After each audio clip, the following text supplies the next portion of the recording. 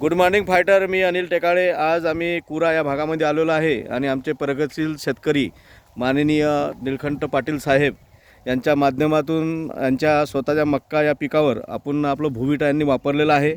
तर यांना आपण विचारू किंवा यांना भूविटाचा काय काय फायदा झालेला आहे.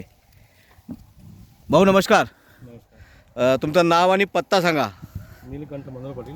बरं, कुठले? कुरा काकोडा तालुका मुक्ताईनगर जिल्हा जळगाव. बरं, AWPLचं तुम्ही काय वापरलं? आपलं खत वापरला आम्ही.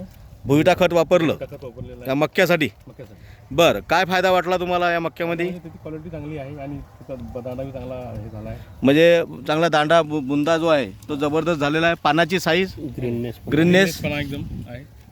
बरं, दादा तुमचं नाव? निम्माजी महादेव पाटील. बरं, तुम्ही पण कुऱ्याचेच आहे का? हो, मी यांचा भाऊच आहे. भाऊच आहे. काय वाटतं दादा तुम्हाला या मक्क्यामध्ये? मक्याची क्वालिटी पण चांगली आहे, रंग पण चांगला हिरवा, हाईट एकदम जबरदस्त. हाईट पण सुंदर आहे आणि त्याच्यातले जे कंच भरायची जे जे पोळी येते ते पण भरलेली आहे.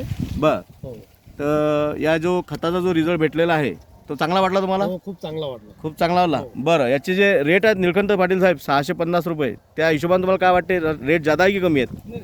रेट व्यवस्थित आहे. कारण मार्केटचा खताचा जर विचार केला तर त्या हिशोबानं रेट योग्य आहे. बरं, याची माहिती तुम्हाला कोण दिली होती या प्रोडक्टची? प्रभाकर पाटील आणि अनिल टेकाळे सर आहे, डॉक्टर श्रीकांत पाटील आता सर आहे.